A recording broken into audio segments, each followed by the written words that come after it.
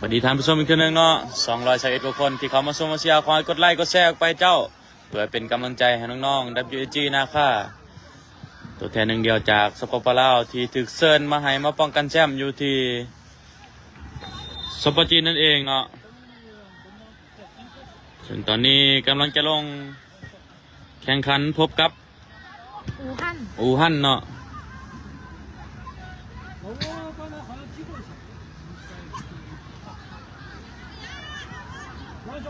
เดี๋ยวยิงอยู่อะไรล่ะรวมได้พิมพ์ไว้ไหนอ่ะหนู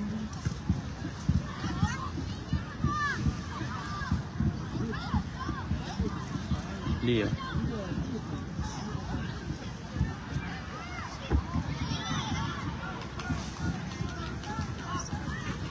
ซึ่งนำทัพโดยเบลเกตเช่นเดียวกันเนาะเช่นเคยเนาะอะไรก็นัดเมื่อกี้ยิงไป2 คนรวมทั้งหม เว้ ด ยเหมือน3รวมทั้งหมด ของไม่นี่ รวมทั้งหมด รวมของต้องกลับไปเบนเมนี่ทั้งนั้น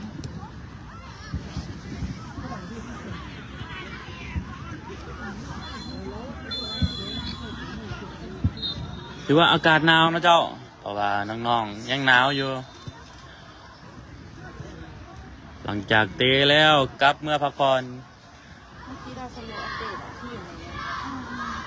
อาจจะได้ให้ยากินเนาะเพราะว่า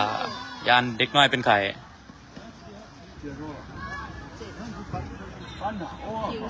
เจ้าซุ่มแล้ว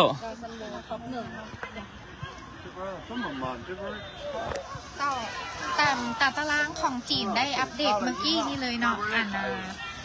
ท้าวอนุสักษ์วิไลกุลหรือน้องบิวเกตของพวกเฮาแมนติดท็อปอันดับ1ของดาวซันโบที่ว่ายิงไปได้ทั้งหมด7 ประตูต่อลงมาอันดับ2แมนคิวเบอร์12 12ประตูคิว4ประตูคิว4ประตูเบล12หรอเบล7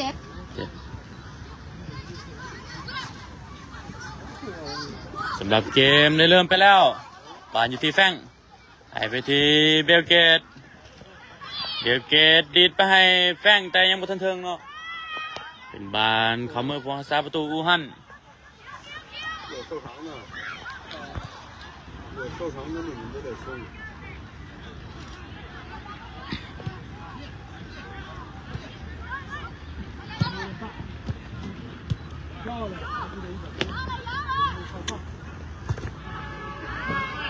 บานสแลบออกข้างไปออกหลังไปเนาะเป็นบานเตะมุมของอู่ฮั่น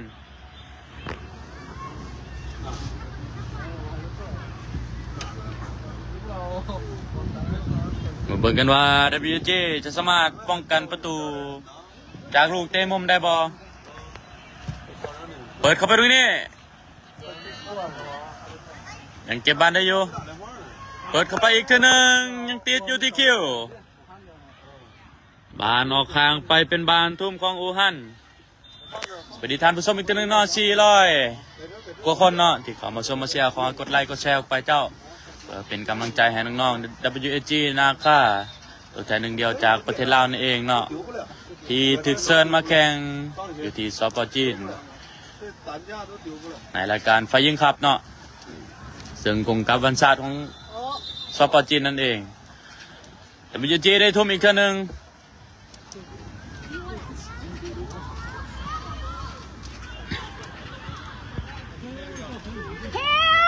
บานอยู่ที่คิวบานกลับไปที่เบอร์5台湾嘛，中国向美方提出四不的要求，不见不该见的人，不通反中乱港分子。看这个一点意思。这不说呀，拿证件儿。完现在打架了。没有。 บานอยู่ในแดนข้างเนาะเอกให้มาที่เสื้อน้อยบานอยู่ที่แฟงแทงให้ไปที่คิวลูกนี่หมายเลข12คิวยิงไปตรงนี้ติดเซฟเนาะแฟงยังสกัดตัดบานได้อยู่ให้มาที่เสื้อน้อย เสือน้อยมาที่เบลเกตชิปไปให้เสือน้อยอีกบาทหนึ่งบาทอยู่ที่คิว คิวบิวไปหมดแล้วตอนนี้ 好像没来很久吗？在吗？ บานเขามือผู้ซับประตูเป้ให้ไปที่ตะวัน 刚才你们喊的是车门车门， ตะวันมาที่ตั้งไม้เนาะกลับคืนมาที่เป้อีกคนหนึ่ง 你给我照个相。 ให้มาที่เอกเสือน้อยขึ้นไปที่เป้อีกคนหนึ่งเนาะ 这边天津的球迷，这小将球迷。 ตะวันโยกข้ามลายมาลูกนี่โอ้ถือว่ายังบ่ทันมีหมูสอดไปได้เถื่อ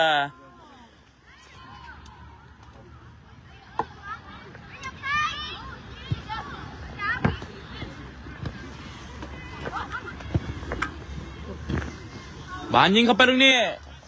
เป็นบานออกหลังไปเป็นบานตั้งเตะ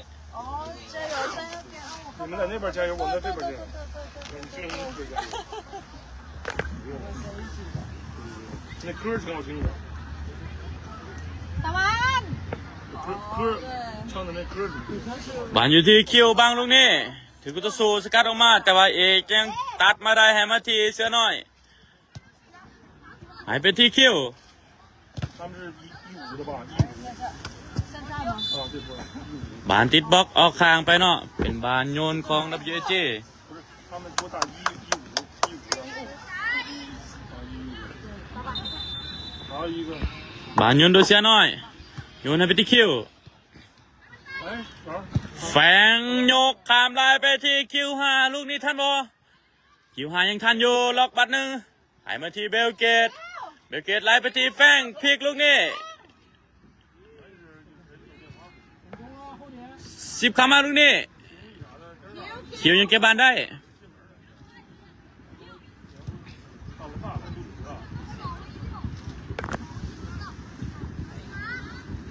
咋事儿？像那个剧学院似的，给他撇一边。 บานยังเป็นของอูฮัน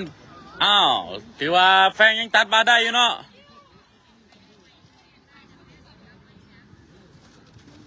อนุสักดิ์10มาให้เสือน้อยลูกนี่จิ้มไปตรงนี้ยังไม่เป็นประตูแฝงแลนไปซ้ำลูกนี้เป็นประตูโอ้แต่กรรมการมาเป็นบ้านล้ำหน้าเนาะน่าเสียดายเนาะเจ้าถือว่าบ่ได้ประตูขึ้นนำเนาะเพราะว่ากรรมการยกล้ำหน้าไปก่อน 他这踢的挺乱。咱们那武汉的还没找着节奏呢。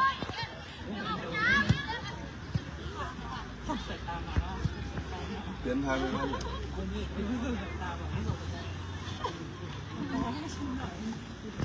哎哎，正好啊，正好。 บ้านอยู่ที่อู่ฮั่น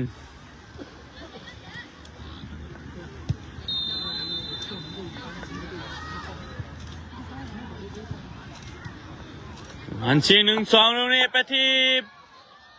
ปีกซ้ายนัมเบอร์7ผ่านเข้ามาเข้ามือผู้สาประตูเป้จับได้ลูกนี้สาดยาวให้มาที่คิวขามหัวกูตัวสูลูกนี้แต่ว่าฮอดมือนะครับเนาะ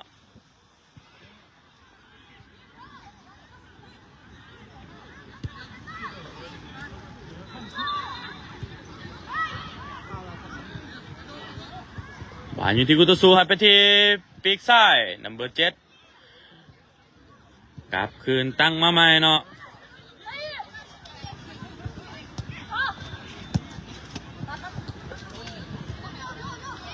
เป็นบ้านออกข้างไป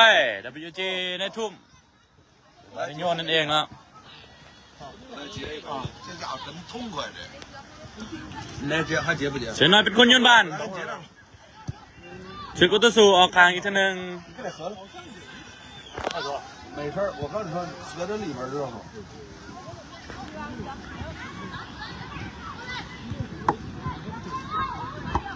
เสือน้อยยังเก็บบ้านได้อยู่เปิดเข้าในแต่ว่าติดกุตสูออกด้านหลังเป็นบานเตะมุมของ WJ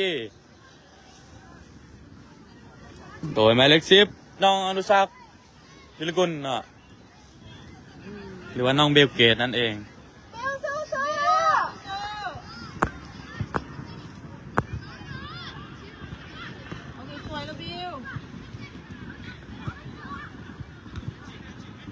น้องซักยกมือให้สัญญาณนี่แลนเข้าไปเปิดเข้าไปลูกนี่โอ้ถือว่าออกกลางไปเนาะ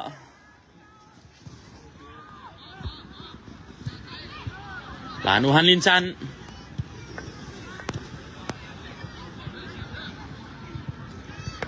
หันตั้งใหม่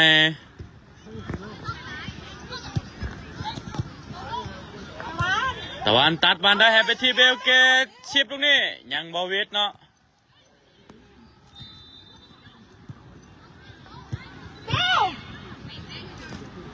บานอยู่ที่แฟงยิงไปตรงนี้โอ้เขาเมื่อพวกซาประตูเนาะ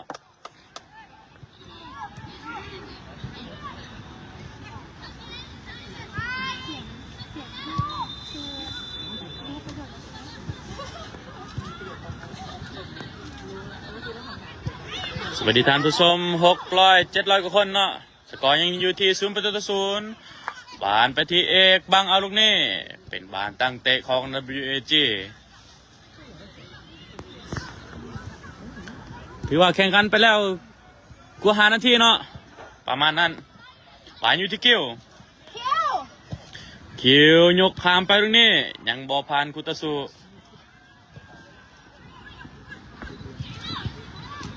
ตั้งมาใหม่ที่ตะวันให้ไปที่เป้ไหลมาที่เอกคิวแทงลูกนี่สวยงามเนาะน้องรู้จักท่านบอยังบอทันเนาะถึกโกคิปเปอร์สาดยาวขึ้นมาบานอยู่ที่คิว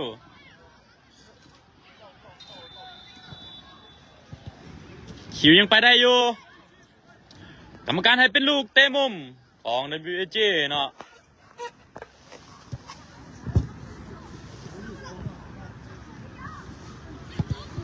สวัสดีท่านผู้ชมอีกทีหนึ่งเนาะตอนนี้แมน WAG แข่งขันกับพบกับอูฮั่นซึ่งสกอร์ยังอยู่ที่0-0 WAG ได้ลูกเตะมุมลูกนี้โดยน้องอนุสักเปิดเข้ามาลูกนี้เข้ามือพวงซาประตูเนาะโอ้พวงซับประตูนี่ถือว่าสูงใหญ่เนาะเช่นเดียวกันเนาะกองหน้าก็สูงใหญ่เช่นเดียวกันเนาะเป็นบานโยนของอูฮัน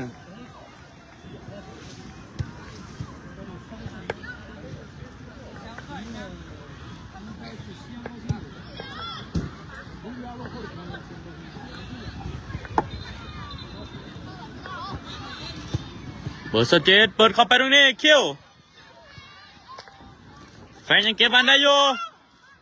แฟงลากไปลึกนี่ยิงเข้าไปตรงนี้โอ้ถือว่าสวยงามเนาะแฟงกระซากจากแดนตัวเองขึ้นไปยิงอย่างสวยงามถือว่าเป็นลูกทำอิฐที่แฟงเนาะยิงขึ้นให้ WG นำอูฮันไปอยู่ที่1-0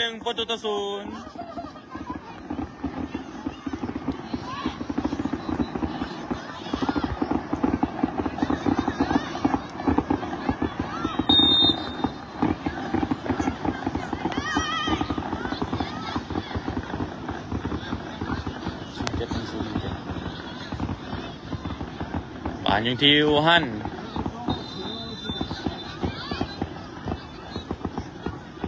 ไปที่เบอร์5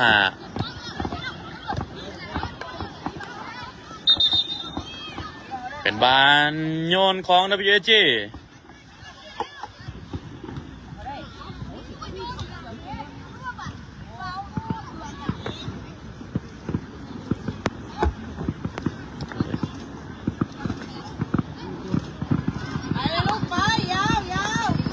บานอยู่ที่คิวยิงไปตรงนี้ออกหลังไปเนาะ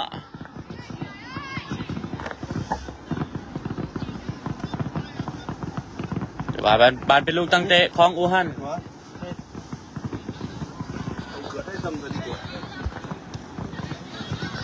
他们接个球，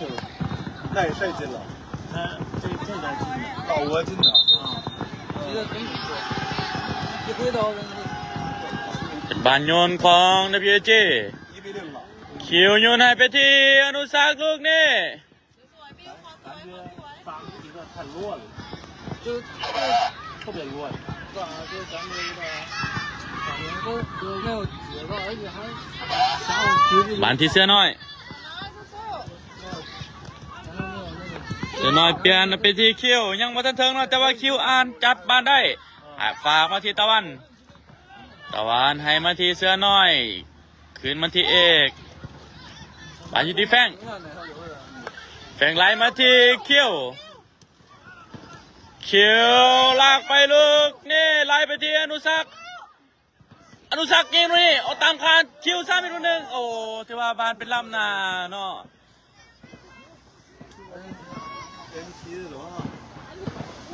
没有叔叔。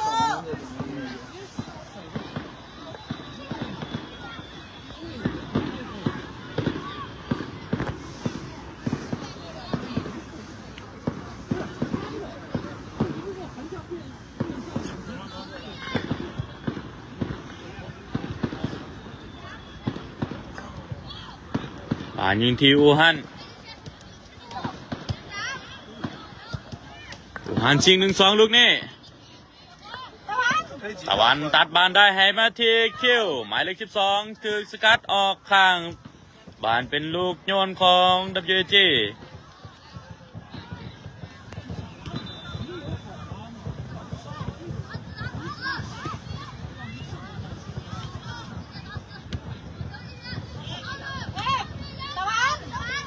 บานอยู่ที่ตะวัน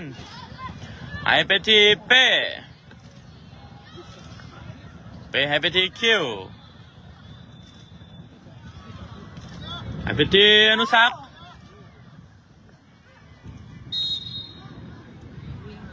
กรรมการรับเป็นบานฟ้าวอูฮันได้บานฟ้าวเนาะ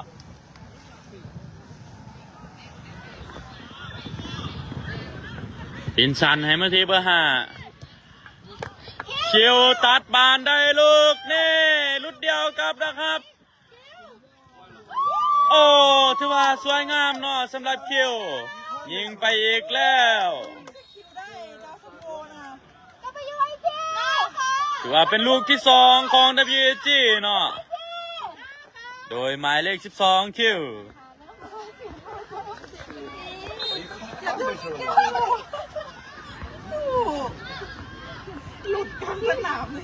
然后那控球不行，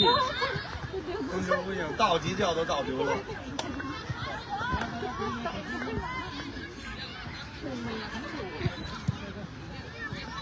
มาอยู่ที่คิวอีกทีหนึ่งคิวให้ไปที่อนุสัก10ลูกนี่โอ้ถือว่าสวยงามเนาะถือว่า3ประสานแดนหน้าก็คือแฟงคิวแล้วก็อนุสักนั่นเองยิงไปแล้วคนละหน่วยถือว่า WG ขึ้นนำไปอยู่ที่3-0แล้ว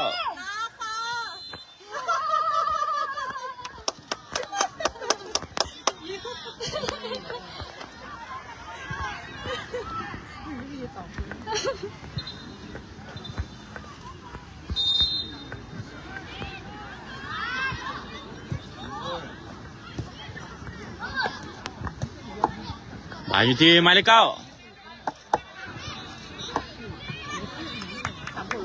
กรรมการว่าเป็นลูก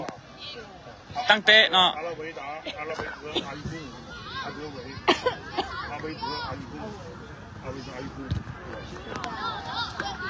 你们是往这儿发展了？反正我是同龄人，小孩们踢球都吃。咱们这队儿踢的不错。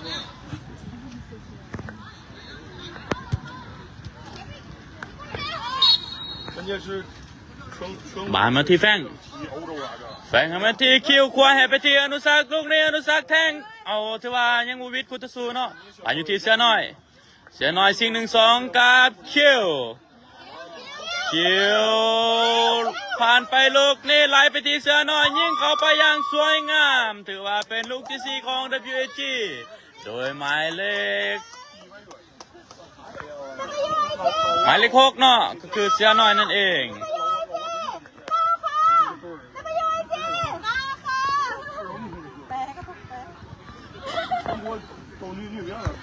就输给这时候也是真的这样，就是动物很有是吧？董路那个球队，那个是这个都是主冠的，俺们就讲。 บานก็ขึ้นไปที่นะครับ 这是啥？这比赛赢的是，这个你哪踢的也不错， บานขึ้นไปที่นะครับอูฮั่น 但是虽然这球起到了吧， ยาวขึ้นมาที่กล้องหน้าเขียวขึ้นไปที่เป้เป้ให้มาที่เอกโอ้ถือกุตสูญาได้ลูกนี่เป้ยังคูบานได้อยู่เป้โยนขึ้นทำมาที่เสือน้อยถือกุตสูญาได้เอกสกัดออกด้านข้างเนาะเป็นบานโยนของอูฮั่น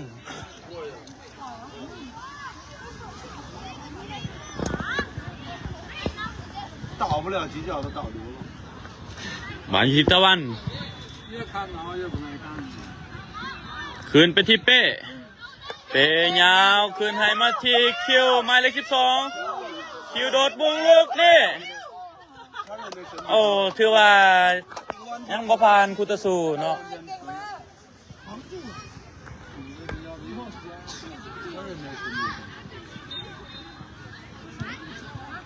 เสือน้อยยังเก็บบันได้อยู่ให้ไปที่อนุสักษ์ให้ไปที่แฟงผ่านไปที่คิว5จับยังบ่ผ่านหมายเลข7เนาะ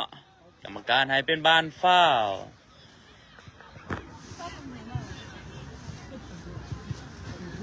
สวัสดีท่านผู้ชมอีกตัวหนึ่งเนาะ1,100 คนเนาะเข้ามาชมมาเชียร์ขอกดไลค์กดแชร์เพื่อเป็นกำลังใจให้น้องๆใน WG นะคะท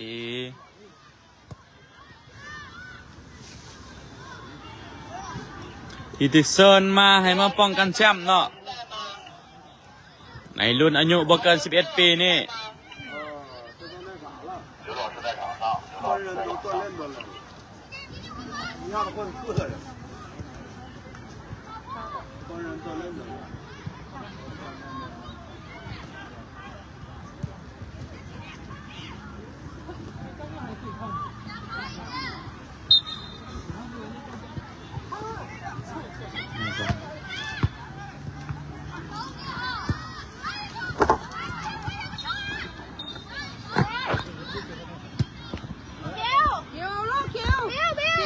บาอยู่ที่คิว5ไล่ไปที่อนุสักษ์ลูกนี่จิ้มยังบ่ผ่านนะครับบานอยู่ที่คิวเสียน้อยเนาะ 按踢的也不错。 บานถือกุตสูออกด้านข้างเป็นจบเวลาเครื่องทำเอสเนาะฮะเบิดเวลาตัว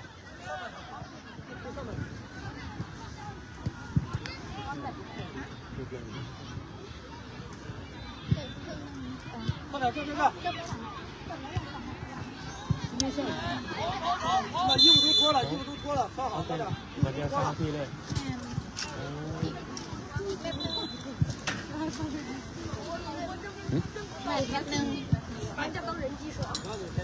เขาขึ้นยางออกเลยจ้ะ พี่พักเครื่อง脱了，衣服脱了。 พี่เล็กตั้งแรกไปแล้วพี่เล็ก9 นาที เจ้าเนาะเบิดเวลาครึ่งทำเอสเนาะ WG ขึ้นนำไปอยู่ที่4 ประตูต่อ 0 快跑，说吧，别动球了。只有主管呢，主管或那个那谁那个日本那队吧。日本那个2排一个组。他只有主管了，不专有俩。 สวัสดีท่านผู้ชมอีกทีหนึงเนาะสำหรับ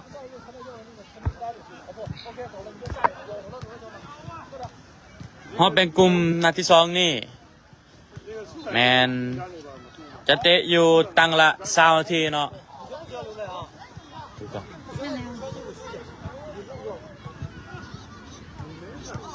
ฉะนั้นตอนนี้แมนเบิดครึ่งเวลาทำอิฐแล้ว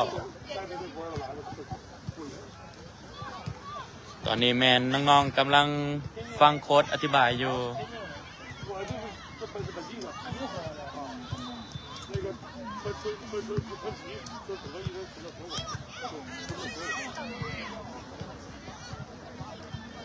他们在把你跟他们中看了，我知道。我去那也都中国的贵州，贵州那个贵州有点那个事儿，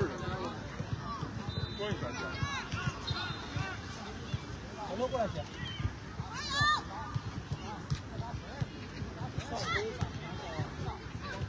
你得动动啊，你不能光坐着呀。对啊，我这在动着。刚才那阵8点雨挺大的。对。哎呀，来了，大拇哥，哎。你就进来吧，进来你就先转着吧，我在场里面呢。我这进来看看，这边老挝下个哪？老挝这边看看。随便没有，随便进，随便进。他们球迷穿那个布。เจ้าน้อยสำหรับ 在那个邯郸，你们说 รอบนี้แมน 没有来。 มีอยู่12ทีมเนาะสำหรับรุ่นมีอยู่14ทีมเนาะเจ้าสำหรับรุ่นอายุ10บ่เกิน11ปีเนาะซึ่งแบ่งออกเป็นอยู่ที่2กลุ่มกลุ่มละ7ทีมนั่นเองเนาะแล้วจะคัดเอา1ใน4ที่มีคะแนนที่ดีที่สุดเข้าสู่รอบ8ทีมเนาะแสดงว่าเตะครบกันเบิดเนาะตอนนี้กำลังจะก้าวเข้าสู่ครึ่งเวลาที่2ของการแข่งขันระหว่าง WG นะครับพบกับอู่ฮั่นนั่นเองฝนใหม่แล้ว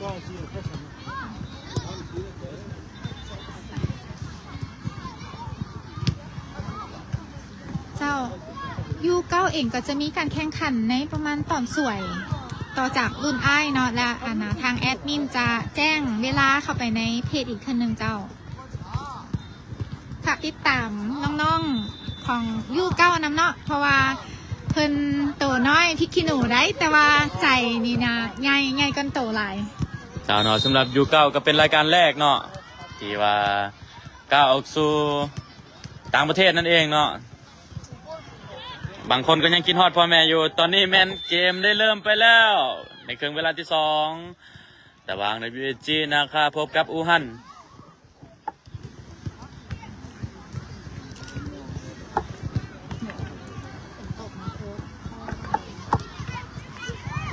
จะรายงานสถานที่อีกครั้งหนึ่งเนาะ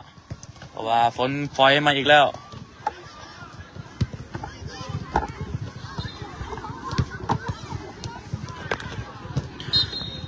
บานอยู่ที่คิวกรรมการว่าเป็นบานฟาวล์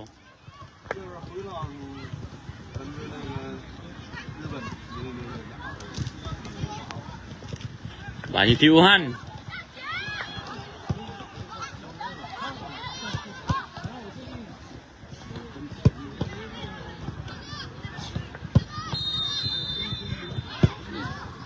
บานอยู่ที่น้องอนุสักษ์ยกไข่มาที่คิวหมายเลข12ลูกนี้คิวหลอกวิดลูกนี้ยังทันบ่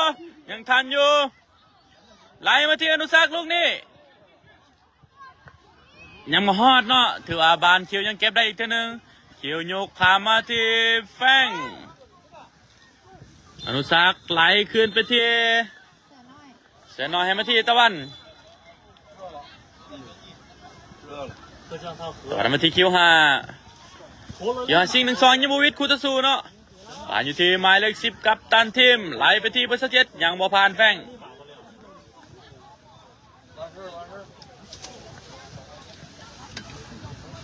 กรรมการมาเป็นบานฟาวล์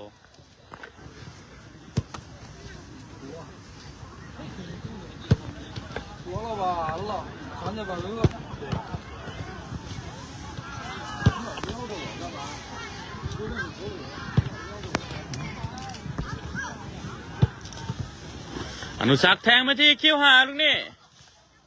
ยังบ่ทันเนาะเป็นบานฟาวล์ เบลสู้ๆเบล เจ็บแขนเจ็บอันนั้นมันโดนสอบ หลัง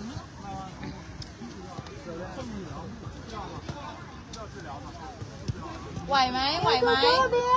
ไหวไหมเอาสเปรย์เย็นไหมไม่เอาโอเค เป็นบานฟ้าวของ WJ เนาะกรรมการว่าฟังเสียงเบียดคิวลินสันไปที่ตะวันขึ้นไปที่เป้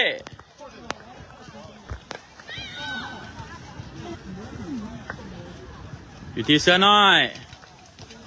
เป็นบานโยนของ WJ อีกตัวหนึ่ง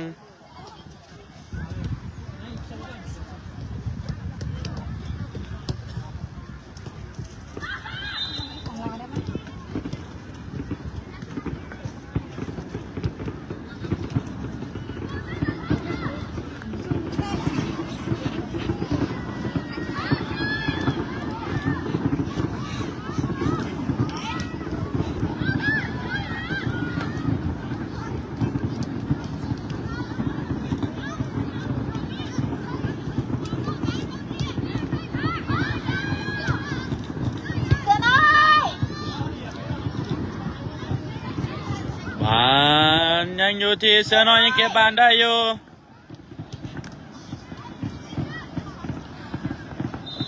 เป็นบานออกข้าง WJ นะคะได้ทุ่มได้โยนบานเนาะบานได้โยนอีกทีหนึ่ง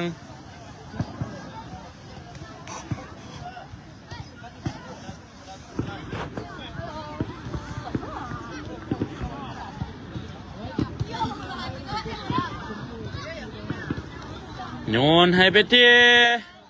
เสือน้อยแต่ว่าบ่ทันเนาะเพราะว่าแห้งเกินไปบานตั้งเตะของอูฮั่นลินซันกรรมการว่าลินไม่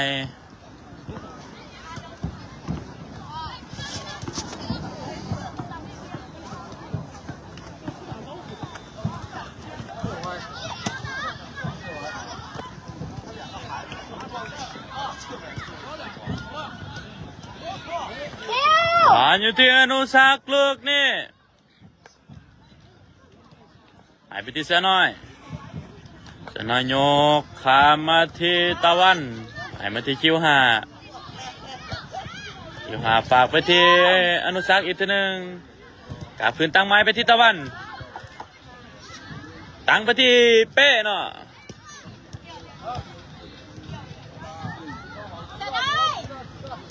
โอ้เสือน้อยพระใจบวิทย์เนาะ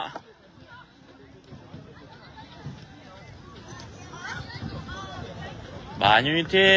นะครับของอูฮั่น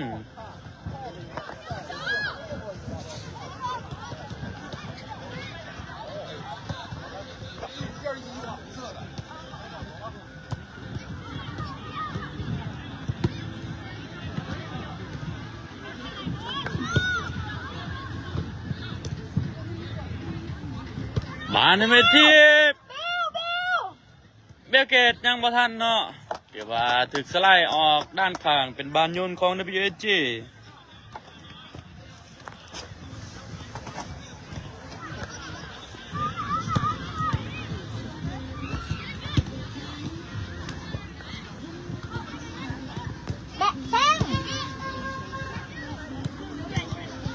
บานอยู่ที่ด้านข้างอยูเสือน้อยกรรมการว่าเป็นบานเตะมุมเนาะของ WJ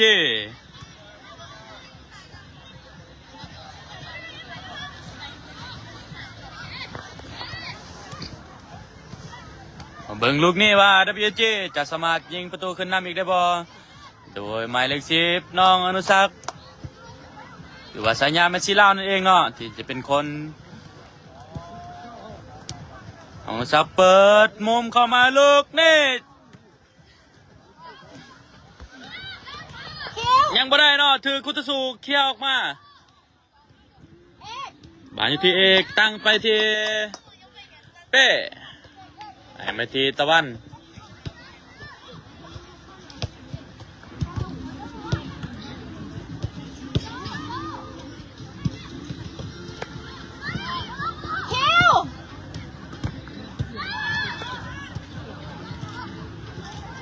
นตกบ่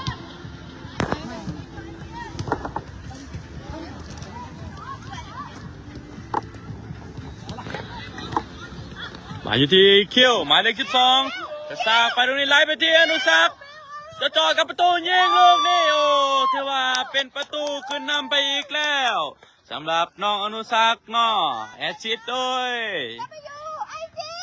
หมายเลข12เขี้ยว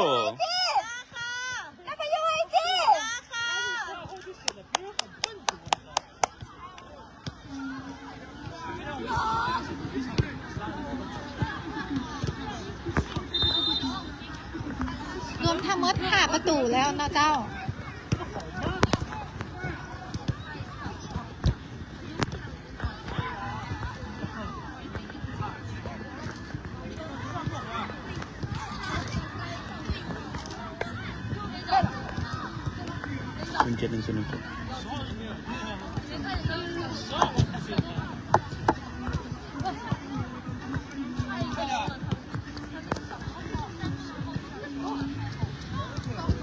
กรรมการมาเป็นบานลูกเต็มมุมอีกตัวหนึ่ง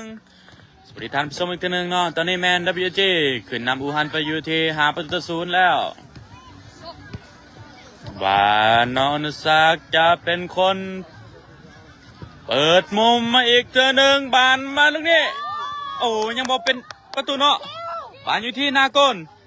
ถึงก็สู้ยังไงบานตะเคียวออกมาเนาะอยู่ที่ตะวัน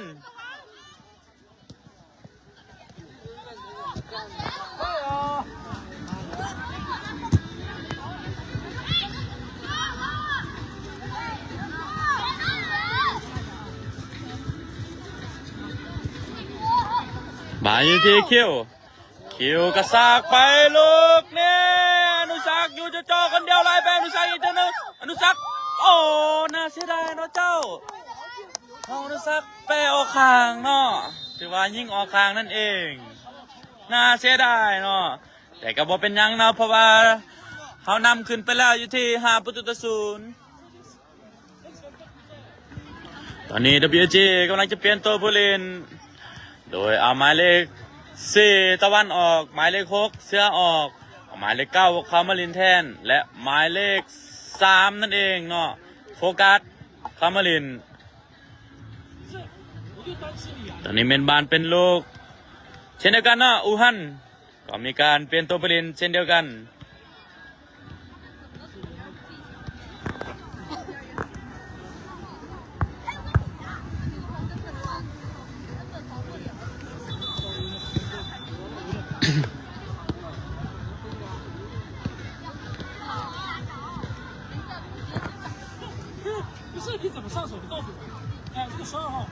สวัสดีท่านผู้ชมอีกทีนึงเนาะสภาพบรรยากาศตอนนี้แมนฝนได้หยุดไปแล้วแต่ว่าอากาศยังเย็นๆหนาวๆอยู่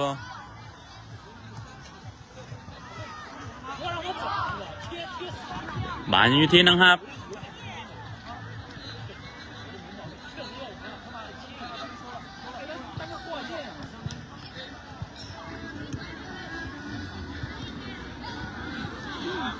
ตั้งไม้ไปที่นังครับเนาะสำหรับทางอูฮัน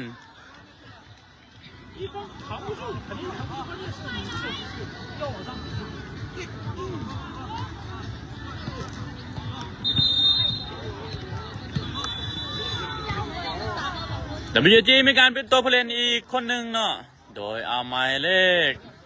5คิวออกเนาะคิว5ออกแล้วเอาหมายเลข14สายฟ้าเข้ามาเล่นแทนเนาะ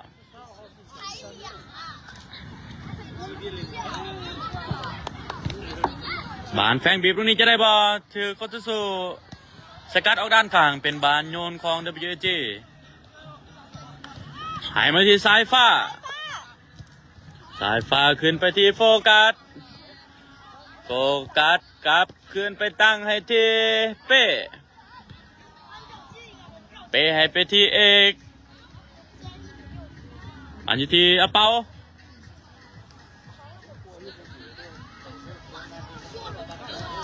เดี๋ยวเกตชิปให้ที่เปาลูกนี่โอ้กรรมการว่าเป็นบานบ่ได้เปรียบให้ฟ้าวย้อนหลังขึ้นเนาะ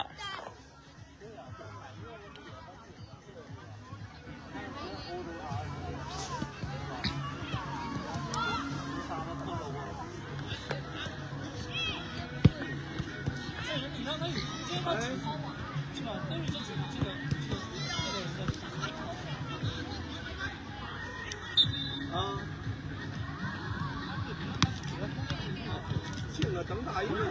咱们去了看看要哪个跟他一说不都？啊，对，到时候他也到。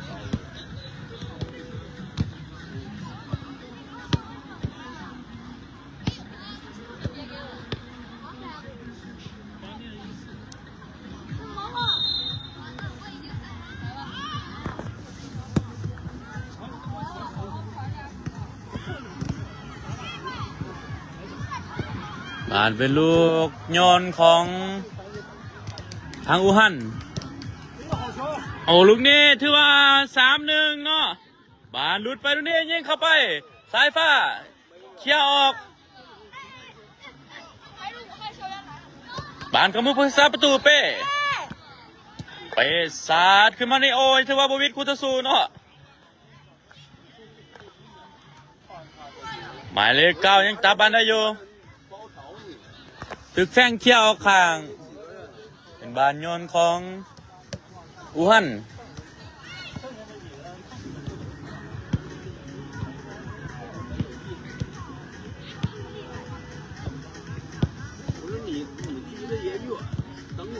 เงาเข้าไปด้วยนี่โอ้เป้ยังจับบานบ่ได้เนาะบานอีกสกัดมาได้ให้ไปที่อนุสักยังบ่ฮอด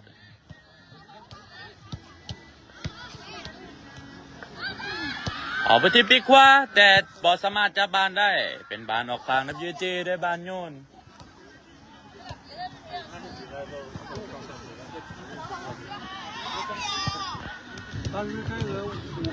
โยนมาที่เป๋าเชือกยิงไปตรงนี้ข้ามคานไปเนาะจะได้ง่ายบอลอีกเพราะฝนมาอีกแล้วเจ้า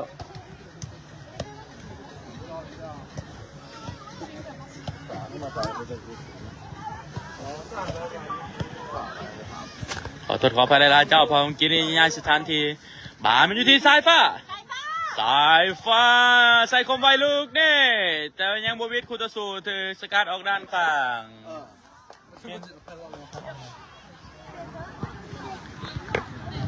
他妈晕，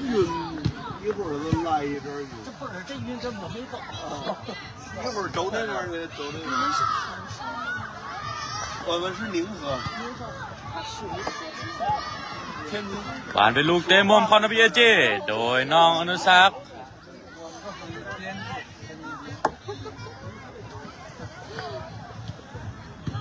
อนุสักดิ์เปิดเข้าไปตรงนี้ยังสมมุติกันอยู่ที่นากลแต่ว่าเขามือผู้รักษาประตูเนาะผู้รักษาประตูสาดยาวขึ้นไป2006年、2009年、34年。บานอยู่ที่แฟงเก็บได้西安气候还好。ไปสาดยาวขึ้นมาให้ที่เขียวบางลินลูกนี่ตึกสไลด์ตรงนี้ถือว่าออกด้านข้างเป็นบานโยนของอูฮั่น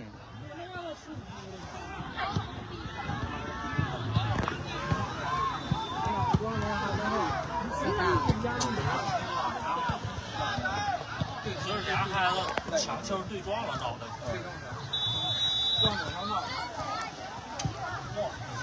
我们昨天跟老罗踢给我们踢伤了2个月。是吧？啊，我太狠了。 คิวเปิดเข้าไปตรงนี้เป่ายังทันบ่ 看人家踢的多好。ยังบ่ทันเนาะถือว่าบานออกข้างไปเป็นบานโยนของอูฮั่นแต่ว่าแฟนยังเก็บบานได้12号太狠了。สภาพบรรยากาศตอนนี้แมนฝนตกอีกแล้วเนาะ 那还挺好。西安那踢的不错。其实他们那武汉踢的也不 อูฮั่นตั้งใหม่ 可以。今天刚开始的。 ยังบ่ผ่านเอกเนาะถึกสกัดออกด้านข้าง 让人家给压制住了。对，上半场不再撞，下半场上可以。压住了。穿几脚的穿丢了。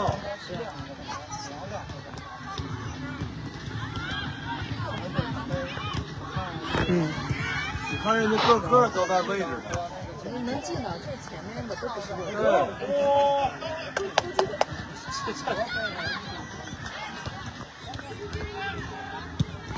ถือกล้องมัน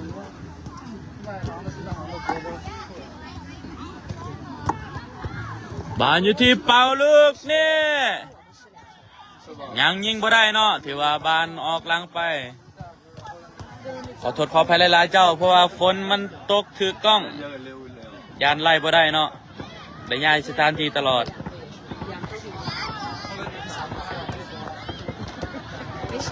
ตอนนี้แมนนัทWGได้ลูกเตะบอลอีกครั้งหนึ่งโดยหมายเลข10เช่นเคยเนาะน้องอนุสักษ์วิรกุลหรือว่าเมสซี่ลาวนั่นเองเมสซี่โยนเข้ามาลูกนี้นะครับชกออกเนาะแต่ว่าแฟงยังเก็บมันได้แฟงไหลไปที่สายฟ้าให้ไปที่น้องอนุสักษ์อีกครั้งหนึ่งน้องอนุสักษ์ยิงนี่ติดบล็อกป่านยังเป็นของเบอร์3โอทูอาตบแลนลูกนี่ทันบอยังบอทันเนาะที่ว่าบ้านออกหลังไปเป็นบ้านตั้งเตะของ WG โดยเปลินไว้ให้มาที่โฟกัสมาที่สายฟ้าบ้านอยู่ที่แฟงหายไปที่เป่าซิง1-2กับแฟงทันบอยังทันอยู่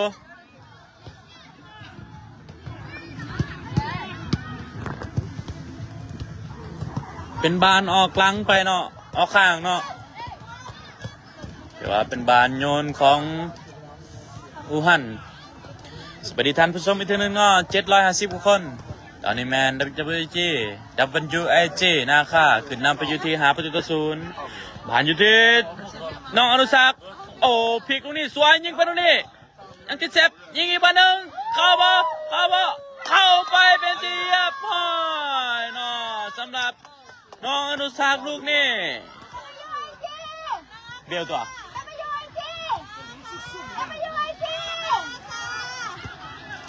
ถือว่าหุ่ม4หุ่ม5แต่ก็บ่สามารถหยุดน้องอนุสักษ์ได้เนาะถือว่าน้องเบลเกตนั่นเองถือว่าสายยาวก็คือแมชชีลาวเนาะ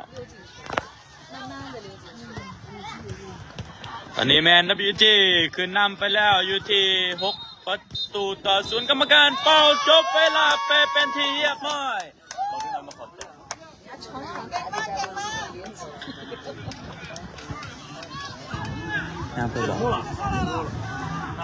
เกมได้จบลงไปเป็นที่เรียบร้อย WG ชนะ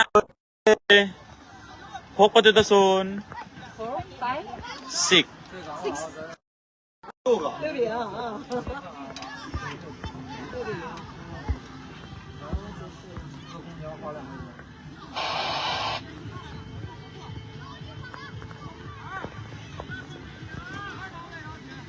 一踩对了，人家国外的选手，中国呢有路了，他们这